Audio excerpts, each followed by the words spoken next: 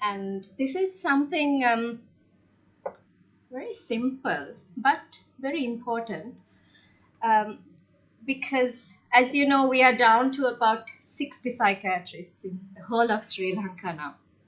So we need your help in managing our patients. And I think anxiety is a very important topic, and I'm thankful to the council for selecting this and indeed recognizing the importance of psychiatry and giving its due place, I would say. So we're going to talk a little bit about anxiety.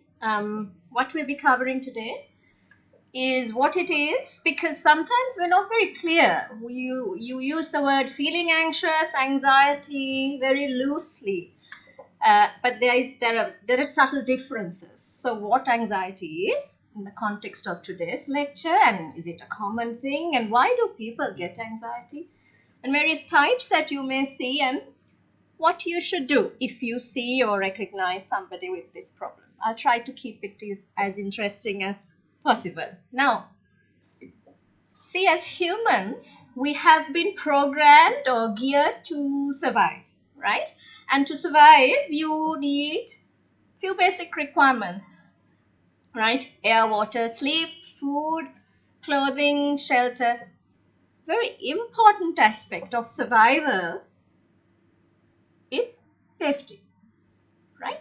Safety is a very important thing to survive. I'll tell you why. Because we are now very refined human beings, right? We're very refined. But if I'm to show you some family photographs, some of my great grandparents and some of yours, I guess, right? We were not so refined. We were not living in such safe conditions, perhaps. And this is how our day-to-day lives were. Hunting, gathering, and procreating, probably. So a huge part of our life was around survival, and not only surviving for food, but also surviving from various threats that were there.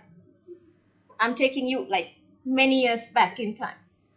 So these were the kind of threats that we were programmed. So it was a matter of survival of the fittest. Whoever could survive would procreate and pass on the survival genes to the next generation. So in order to survive, you had to be able to recognize threats in your environment. So our HPA axis was programmed, our brain and the HPA axis, programmed to recognize threats and respond to it. So it's like this. If there is a threat, it induces fear naturally. It induces fear. What happens then is, this is very familiar to you, the fight or flight response. So what your body does is, it programs, we're talking about that threat many years ago. So what your body does then is prepare you to either fight this situation or run away from this situation, both of which will ensure your safety. Yes, are you with me? So if you look at that example, this was the threat. So it induces fear.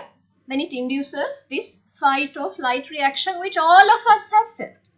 All of us have felt. And I'm not saying that we have been chased by, vicious animals. But even in today's day and age, we have faced this fight or flight reaction. I'll tell you why. There are three main components to this fight or flight reaction. There are physical features, right? Physical features like, because this is an adrenaline response. Remember, the fight or flight reaction is an adrenaline response. So features of adrenaline in your system.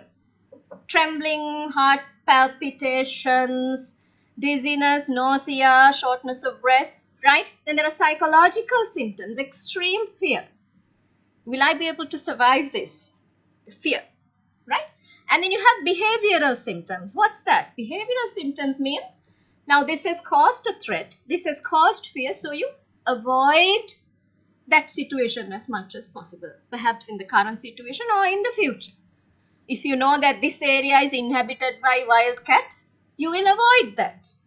Because last time I went, this cat chased me and nearly bit my head off. So you will avoid. So there's physical, there's psychological and behavioral components to this flight or fright reaction. Okay. Now, we have all experienced this while waiting for a viva, waiting for an interview, before running a race, before going on stage and dancing or singing or facing an exam or whatever it is. We have experienced this because in today's context, these are the threats in our lives. We see it as a threat. The threat has become very much less intense than some animal biting your head off, but still, for us, these are the threats now in 2023. Okay, so feeling that way in the context of an interview or an exam or drama or giving a lecture, momentarily feeling that is normal. We have all felt it. Haven't we all felt this way? We have felt this way. So that's normal. Right? Why is it normal? Because in our mind, we have recognized a threat. Okay, there are 20 applicants at this interview. I have to get through this interview. The others are a threat. They are the threat. So you get the response. So you have a fear. You have the fight or flight reaction, but it's temporary.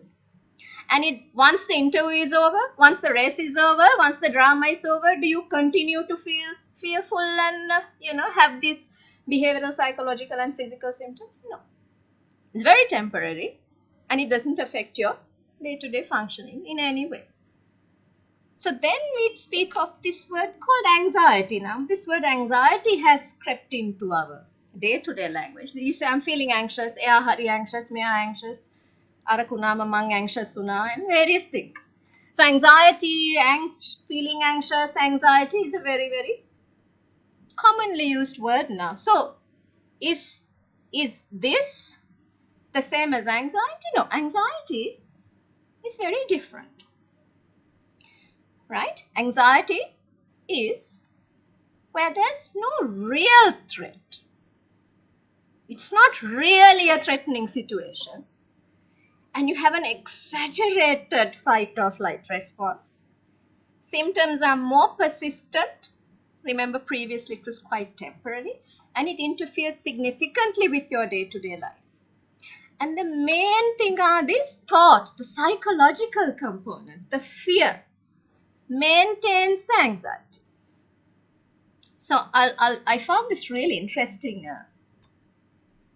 sort of cartoon. Now, fear is normal, anxiety is not normal, right? Fear is this, now you are this red fish, okay? So when the shark comes to eat you, you have a stress response. Oh my gosh, this shark is going to eat me. In anxiety and anxiety disorders, there's no shark. But you are thinking, what if a shark comes and eats me, and then you're getting anxious. Do you understand? It's your thoughts that is creating and propagating and maintaining the anxiety. So, fear and feeling anxious versus an anxiety disorder. So, when you have an exaggerated response, when the threat is not a real threat and it affects your day-to-day life and the symptoms are more prolonged, then it becomes a disorder. Okay. And how common is it? How common are these anxiety disorders? Very sort of few and far between. What do you think? It's actually 1 in 4 is the estimate in your lifetime. Now, remember, there are loads of anxiety disorders. So everything put together, this is. So that's quite a lot. It's quite a lot. Okay. So you may have heard of these anxiety disorders. We have something called generalized anxiety, because anxiety disorder is an umbrella term, right? Under that umbrella term, there are various types. Now, when I mention these, you will immediately say, yes, I know someone who has that. I know somebody who had this. So I myself had it. That's why it's so common. That's why it's 1 in 4. Right? Generalized anxiety, specific phobias, OCD, PTSD, right? Panic disorder, social anxiety disorder, social phobia, right? Now, these anxiety disorders, bear in mind, they have those 3 components, the physical, psychological, and the behavioral components of that initial fight or flight reaction, but of course, in a more exaggerated way. Hope it's clear. Yes. Okay. Now, generalized anxiety disorder is the commonest one. Very common. Now, these are the people who worry about everything all the time. Right? They worry about themselves, they worry about the husband, the children, the job, the car, the private practice, or whatever it is, worrying about it all the time. Will this happen? Will that happen? That might happen. This might happen. Not in a positive way at all. In a very, very negative, worrying way. And this negativity keeps the fight or flight reaction going on and on and on and on. Have you met or heard of people like this? Yes? I have. Right? They can't relax. They just can't relax. They're always on the edge. Always anxious about something or the other. Nothing specific. When an anxiety about, say, something about the job, let's say, once that settles, they get anxious about something else. So they're always on a certain, I can see you all are smiling and nodding your head, and yes, I know that person is like that, this person. This is very common. Very, very common. Okay, so generalized anxiety disorder is extremely common. What about this? Have you heard of phobias? Specific phobias. Specifically, you are getting anxious about an object or a place or a situation or a feeling or an animal or whatever it is. Much more than fear, again exaggerated. And avoidance, remember the three components of that. Avoidance is very, very prominent. Now, see, to make it easier, we have divided these phobias into four areas. So you get people who are having phobias related to lightning, isn't it? Or thunder, especially children. So phobias related to natural things in the environment. Phobias related to animals. Yes, very common. Okay. Spiders, cockroaches. We have various funny technical terms for these, right? Then situations, you know this, being in an elevator, being in a lift, being in a crowded area, being in an aeroplane, So that is situation related. And then medical and treatment related. Have you seen or heard people with blood and illness phobias, needle phobias? Yes? Yes. Okay, so these are the type of, this is what we call phobias. Extreme fear, you get the physical symptoms when you face this situation. Other times you're okay. When you are faced with a spider or whatever it is, you get the physical symptoms, psychological symptoms, and the behavior. You quickly run away, you avoid the situation. Right? Okay. We have a very special type of phobia. This I'm sure again you've heard of.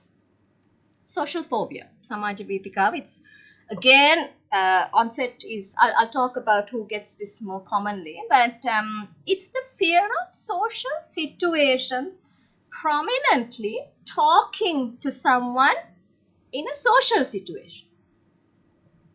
Talking, we also say eating, writing in front of other people. But the talking is more common. Why? Because they think they get this exaggerated fear and worry that they will be criticized or laughed at, or the voice is not good enough, or whatever it is. So in anticipation of this also they get the symptoms. Now tomorrow I have to do this presentation. From today itself, you're starting to get it. It's called anticipatory anxiety. So not only at the event, before the event also you are starting to get this response. Physical symptoms, what do they say? My voice is trembling, my hands are shivering, I am blushing, my ears are burning, and others can see it, and then it keeps going like a vicious cycle. Now social phobia is different for different people. Some people find that speaking to a large audience is more anxiety provoking. For some people, small audiences are more anxiety provoking. Right? For some people, speaking in front of known people is more anxious than unknown people, whether it's male, female, female, male. So it differs. But it's very debilitating because you're avoiding these situations. Remember the behavioral component? You try to postpone, avoid. So what happens? It significantly affects your day-to-day function. Can we function as doctors if we have social phobia? It's very difficult, isn't it? Okay. Next, very, very common one, OCD. Have you heard of OCD? It's about 3% of the population has OCD. That means it's amounting to a disorder. Now, all of us have obsessions and compulsions. What are they? Right? It can affect anybody, even children. Usually starts in early adulthood. I'll tell you what these are. Obsession is a thought. You get a thought. It's not very pleasant. It can be a thought. It can be an image. It can be an impulse. And it repeatedly enters your mind. It's a thought. It's the thought that creates the anxiety response. And to neutralize the anxiety, you yourself have come up with this method of doing a compulsion to temporarily relieve that anxiety. So a compulsion is a behavior or an act in your head. You feel you need to do it because the anxiety caused by the obsession is so strong that you need to do this to bring down the anxiety that the obsession is. I'll give you an example. Then it will be clear. So if you're someone who is very obsessive about safety and you think your house is going to be burgled, you will all the time be checking the windows, the doors, not once, not twice, but many times. Sometimes you think if I do it 7 times only, I feel okay. So you get the thought, will my house be burgled? You sometimes realize, how can that be? I have all the security systems. I have the dog. I have the security guard. I have this, that. Everything is in place, but still you get this thought. And you keep on checking. Keep on checking. Most of the time you have a certain number, like I said, 5 times, 8 times, 12 times. Even doing 11 times is not enough. It has to be 12. Okay. Right. Now, OCD can revolve around not only checking. You may have come across people who are very obsessed with contamination. Yes. Yes. Germs, dust, insects. Right? So that causes a lot of, oh my gosh, there's dust here. I will get this, then it will go through my skin and I'll get eczema and I'll get this and that and it's going to be terrible. So I will wash. Not just washing once, even we will wash once perhaps if we touch a contaminated surface. But like I said, several times. And it's not very pleasant, it's horrible. This person just can't break out of that cycle. So 7 times, 20 times. Or you have to repeat something in your head.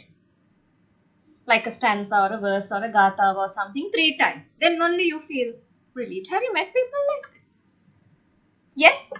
Yes, it's 3% of the population. You must have met people like this. Then people who are like the door picture, checking the doors, checking windows, checking plugs, taps, irons, gas. Yes, many times. We also check. But many times, over and over and over again. Otherwise, the anxiety keeps building. Right? People who want orderliness. So everything has to be in a particular place, in a particular way. Otherwise, it's creating anxiety. Yes? Yes? Okay. Then there are people who, walk, don't cut the lines on the tiles when you walk. Right? Or you walk only on one side of the pavement or, things like that. So, if it has come to a point where it's affecting your day-to-day life, it's affecting work, it's affecting your relationships, it's affecting whatever you do in life, then it has come to a point where you need professional help. Otherwise, all of us have a little bit of obsessiveness in us. Isn't it? We are all a little bit concerned. We all want things neat and tidy in place. Yes, so that's OCD. An interesting one, you may have seen patients with this PTSD, post-traumatic stress disorder. It's stress disorder, but actually categorized under anxiety. is a little bit different to the other types of anxiety that we have spoken about. First of all, what is a traumatic event? What is considered a traumatic event? Have we undergone traumatic events in life? Probably some of us have. Yes. Okay. What are they? Witnessing death or injury, physically being assaulted, combat in war, sexual assault, accidents, natural disasters like tsunami, earth slips, landslides, things like that. So these are what we call traumatic events. And for these people, the anxiety comes later. Later, after you've been exposed to the event, you get the anxiety later. Physical symptoms, psychological symptoms, and for example, if you have been in an accident, say that you were in a bad accident in front of the hospital perhaps, right? And it was very traumatic for you. Say you suffered an injury, car was damaged, major trauma, and you knocked over somebody else or something, let's imagine. So very traumatic for you. What will happen is, for the weeks that follow that accident, you will have re-experiencing of that. Like a video, it will play in your mind. The sounds that you heard, the sights that you saw, right? And then it creates the anxiety. You can't sleep, you're getting the palpitations, your mood is going all over the place, and then you start to avoid. You will never take this route again. You will take a different route. The avoidance factor is there. So PTSD is, we saw quite a few, I think Kihan will also agree, during the Civil War, right? The effects of PTSD were seen much later, even in Afghanistan. All these places you see veterans, war veterans who are experiencing PTSD. Rape victims, abuse victims have PTSD. But keep in mind, people are quite resilient. What I mean by that is, not everybody who experiences a traumatic event will go on to get PTSD also.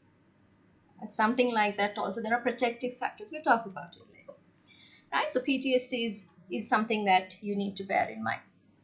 Okay, this is an interesting one. As physicians, Sonishka, Senthil, I'm sure you have seen these people. They come to you first. They don't come to us. Okay, panic disorder is people who have outbursts of anxiety.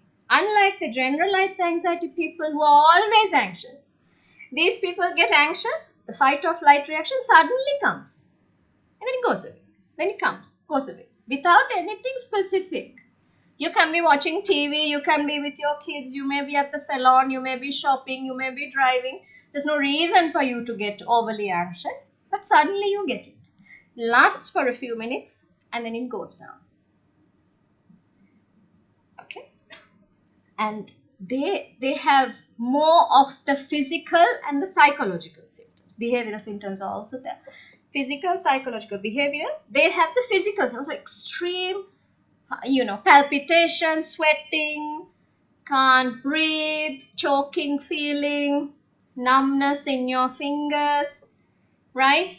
And then what happens? The psychological component is, they don't think, oh, this is a panic attack. I listened to Sayuri Madam's lecture. This is a panic attack. No. What happens? They think, oh, this is a sign of a heart. This is a heart attack. Definitely this is a heart attack, or I'm having a lung collapse or something like that. So immediately you go and seek help from a physician or an emergency unit. Right? This is also quite common, panic disorder. We'll talk about why people get this. Okay, but I'm sure you have seen people like this. All the investigations are normal, ECG is normal, echo is normal, blood tests are normal, but they continue to have this. Okay, so I know what you're thinking now. You're thinking, so why do people get anxiety? Why do they get these anxiety disorders? So the answer is not very simple. It's not a simple answer because it's multifactorial. Tell you why. Genetics plays a big role. If you have someone in your family, first degree relation, with any kind of anxiety disorder, we spoke about lots. If you have any kind of anxiety disorder in your first degree relations, you have a slightly 2 to 3 times higher risk of being vulnerable to any type of anxiety disorder yourself. Yes? Okay. Then your personality. You know what personality is? What kind of person you are? Are you a very easygoing person? You know, like my kids say, you know, she's really cool, you know, things like that. Or she's very fun and easygoing. Versus people who are very anxious anyway. Isn't it? You get people who are very, very anxious, very dependent on someone. You need someone to be with you all the time. Can't do things by yourself. Very introverted. Get worries about things anyway, even without having anxiety. Anyway, you're a worrying type of person. If you're somebody like that, then you're a little bit more vulnerable than you and me. Right. A very important thing is the life events. Life events are significant events that have happened in our life, not yesterday, right? But throughout our life up to today, particularly your early childhood, your development. What kind of parents did you have? What was your schooling like? Were you bullied a lot? Were you abused or sexually harassed, physically harassed, neglected, emotionally abused in any way as a child? This is why we highlight the importance of recognizing abuse in children and adolescents, because it manifests later. It manifests in many ways. Anxiety is one way that it manifests. So you need to bear that in mind. So that life events building up from your childhood up to now. Are you with an abusive partner? Are you in a stressful work situation? To have loads of, currently, I think Gihan will again agree, lots of people with anxiety. This economic crisis is really hitting people hard. So a lot of anxiety in the picture. So all three come together. It's not just loans and staying in the fuel queue that is causing anxiety. You may be having a genetic component. You may be having certain traits in your personality that are making you a bit more vulnerable. On top of that, if you have certain stressful life events, you're more vulnerable. That doesn't mean you are definitely going to get an anxiety disorder. You're more vulnerable to get an anxiety disorder. Right. Now, the good news about anxiety disorders is if it is just anxiety, unlike our other psychiatric conditions, there is no major risk to your life or the lives of others. So having an anxiety disorder per se, only anxiety, will not make you, for example, self-harm or overdose or take your life, or go and hit someone or damage property or anything like that. So that's a little bit of good news in a way, right? The problem is there's a little bit of bad news. The bad news is anxiety disorders like to get plugged with some other conditions. They don't like to be on their own. So anxiety disorders, if you look at the neurobiology, there is low serotonin. You know, serotonin keeps you happy, keeps you relaxed. So anxiety disorders have low serotonin. So they like to cling on to other illnesses which are also low serotonin conditions. Chiefly depression. Other anxiety disorders. So you may have social phobia and OCD. You may have generalized anxiety disorder and OCD and panic disorder. You may have social phobia and some other phobia. Do you understand? So it's like this anxiety cluster, one hangs on to the other. That's one thing. Second thing is depression, which is also a low serotonin condition. Very, very frequently comorbid with anxiety. It's about 60 to 70% overlap with depression. So very rarely will you see a anxiety standing alone. Right? Then, because this is an adrenaline driven, sort of very distressing condition, a lot of people try to self-medicate or try various things to bring the anxiety down. What do? They take things which will reduce the anxiety, like activating your benzodiazepine receptor, perhaps, by taking alcohol. right? Alcohol, cannabis, nicotine, very, very prominently alcohol, particularly in people with social phobia.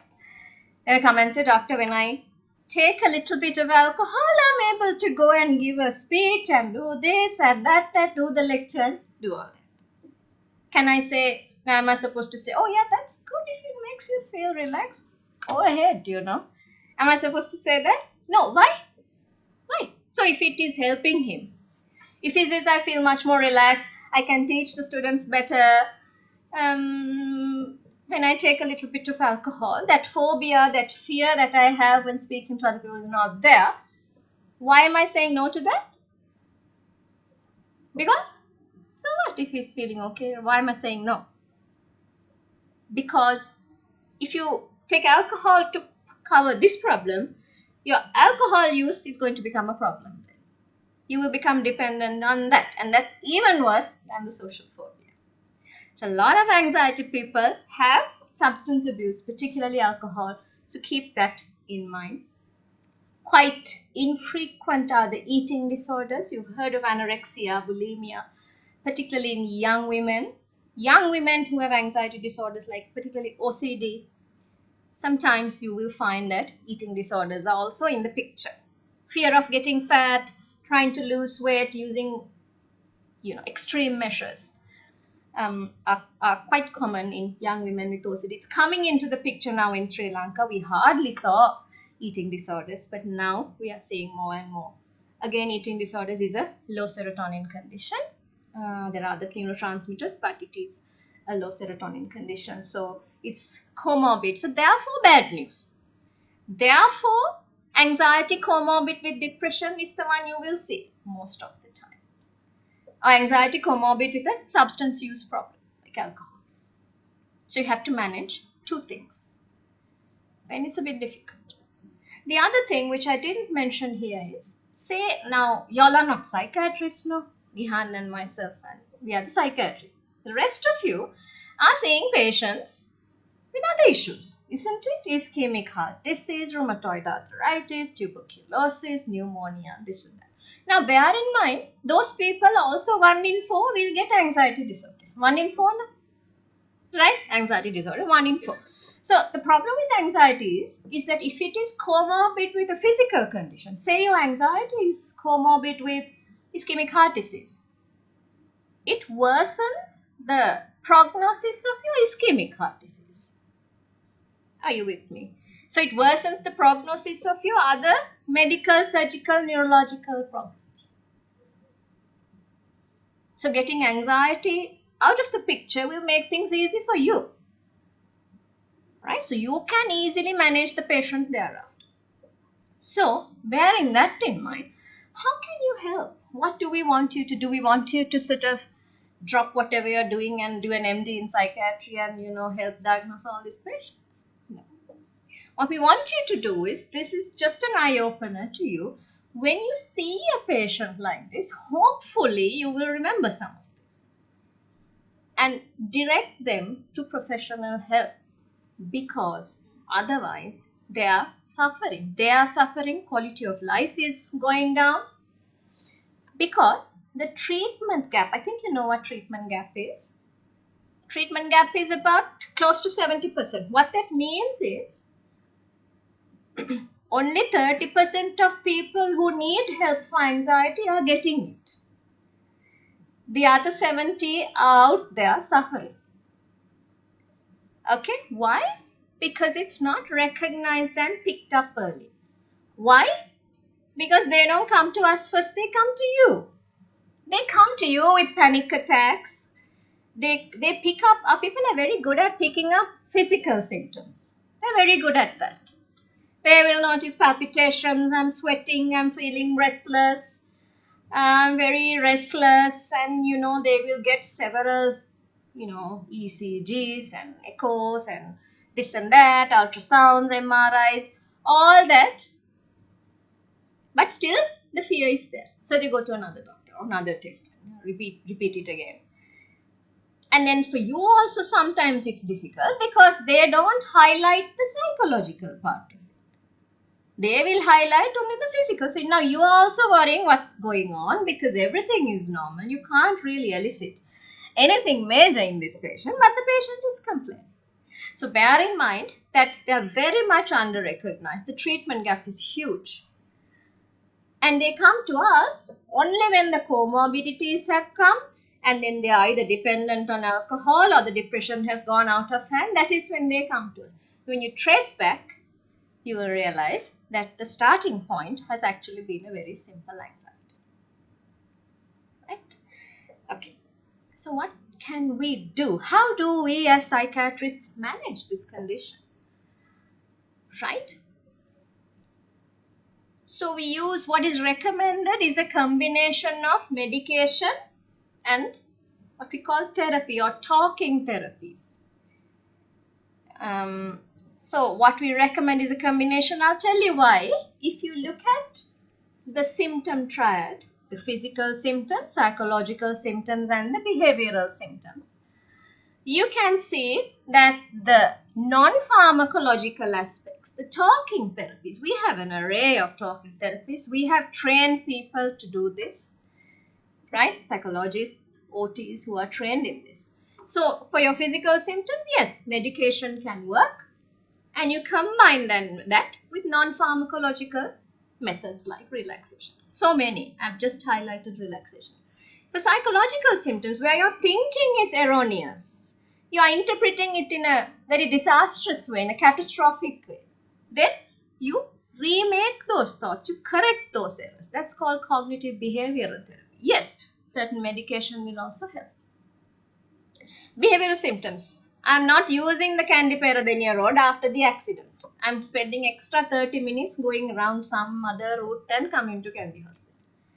These things like avoidance, can be changed by behavioral methods. So you can see the importance of combining treatment, medication and therapy together if you want to successfully overcome this. What is the medication we use? We use first line SSRIs, selective serotonin reuptake inhibitors like fluoxetine, sertraline, citalopram, things like that. Of course, the dosage needs to be done by a professional. Generally, the dosage is higher than for depression. Generally, it takes longer to recover than depression. That's the sort of downside of this treatment. So a combination of physical, psychological and behavioral therapy. Therapy is aimed at physical, psychological and behavioral together with an SSRI or second line, third line medications are there. Generally does the trick. And of course, bear in mind, it's not, you take treatment today and everything is okay tomorrow morning. Things take time, right? Especially behavioral therapies, cognitive behavioral therapies, you need many sessions. And it has been shown that if you do functional MRIs of people, pre and post behavioral therapy, pre and post cognitive behavioral therapy, there are notable changes. So it does work. Evidence shows that it does work. It has to be done by a proper person though. And medication also, be careful when you give medication. It's best if you direct the patient to a psychiatrist, because you may think, oh, this is just anxiety and I can just give this. But sometimes medication that we prescribe have other aspects you need to look into. SSRIs can't just be prescribed also, so you have to be careful. Very important message I want to give you is, some people I have seen, you prescribe benzodiazepines to relieve the anxiety. And benzodiazepines are fine. Yes, they combat anxiety, but it's a little bit like taking alcohol. Because every time you get anxious, if you try to take some alprazolam or some clonazepam or lorazepam, remember these are addictive benzodiazepines. So then your patient ends up with a benzodiazepine addiction disorder, and sometimes this has gone on for years. They just show the prescription and keep on taking it, and then you are dealing with not only the anxiety but a addiction disorder as well. So be very careful. Try not to sort of freely medicate these patients. Just direct them to the relevant place and the needful will be done. So in a nutshell, what we spoke today is a little bit about what is anxiety, how does it happen, why does it happen, who are the vulnerable people, yes, types of anxiety, okay, and a little bit about what we can do as doctors who are not psychiatrists to help people get over this condition. I hope it's clear, and I just kept it very, very simple. Don't want to complicate things like doing it as in like a formal lecture. But thank you so much once again to the President and the Council for this opportunity. I'm open to take any questions that you may want to ask me. Anything that's not very clear, because we did cover quite a few things. But anything that you want to ask me and clarify, I'm more than happy to. So thank you very much.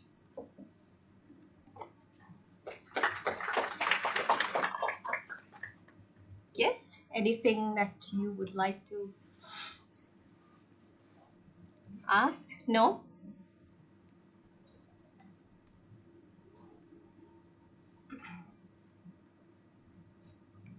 So it's very, very clear. So everything was so clear that you don't have to. Yes, Kihan. Just a brief comment. Thank you very much for a very interesting presentation. Thanks, Ihan. Although it was very simple, yeah, it was very interesting, I think, and very practical one for general patients. Yeah. And thank you very much for highlighting the clonazepam addiction, because benzodiazepine addiction is a big problem. Oh, it's worse than the anxiety. I mean, it's very, very difficult to manage. We sometimes prescribe antidepressants to medical students or doctors. Yeah. They are very hesitant to take it. Yeah. But for clonazepam, yes, they say your fluoxetine has a lot of side effects. Yes. But they already depend on clonazepam. Yes. And they take it for granted that it's all right. So thank you for highlighting. Oh yeah, thanks, Gihan. Because you get very distressed when you speak to a patient with anxiety. It sort of reflects on you also. They are so anxious. They are unloading all their anxieties on you, and you want to like stop this quickly. So sometimes you automatically, or you take this you may say take this just for a week and go and meet Gihan. But then what happens is, the stigma, going to a psychiatrist, this and that. So they can, make a gattam tigak hondai. So I'm going to take it again. You show it to the pharmacist, and like Gihan said, it's very, very difficult to manage benzodiazepine addiction, dependence. It's very difficult. So then we are struggling with that. And the patient doesn't want to come off it. So, a lot of drama between the psychiatrist and the patient thereafter. Yeah, thanks, Gihan. Yes. Sayuri, yes, another question. So when do you decide this patient needs medical therapy? Like, what is the criteria you think, okay, this patient needs only counseling and these things? How do you make that decision? Yeah, thanks, Chaturang. I think that's a very important question. What happens is, so that's a very, very sort of dilemma that a lot of people have. It depends on how much it has affected you and whether you have got comorbidities. If it is a very early stages and it's not really affecting your life, but you can see that if I let this person go, it's going to get worse. So I may as well start on some therapy and see, and then if necessary start. So that decision lies with the psychiatrist. Because the counseling is a very, very sort of infant thing. It's like a baby thing. But see, things like behavioral therapy, cognitive therapy are more structured, more complex, and specifically targeted at this. So the psychiatrist will make it. The best evidence for early symptoms is non-pharmacological, but usually they don't come to us early. So they come to us quite late. So we are compelled to start treatment and then parallelly run the non-pharmacological therapies as well. Yeah, thanks.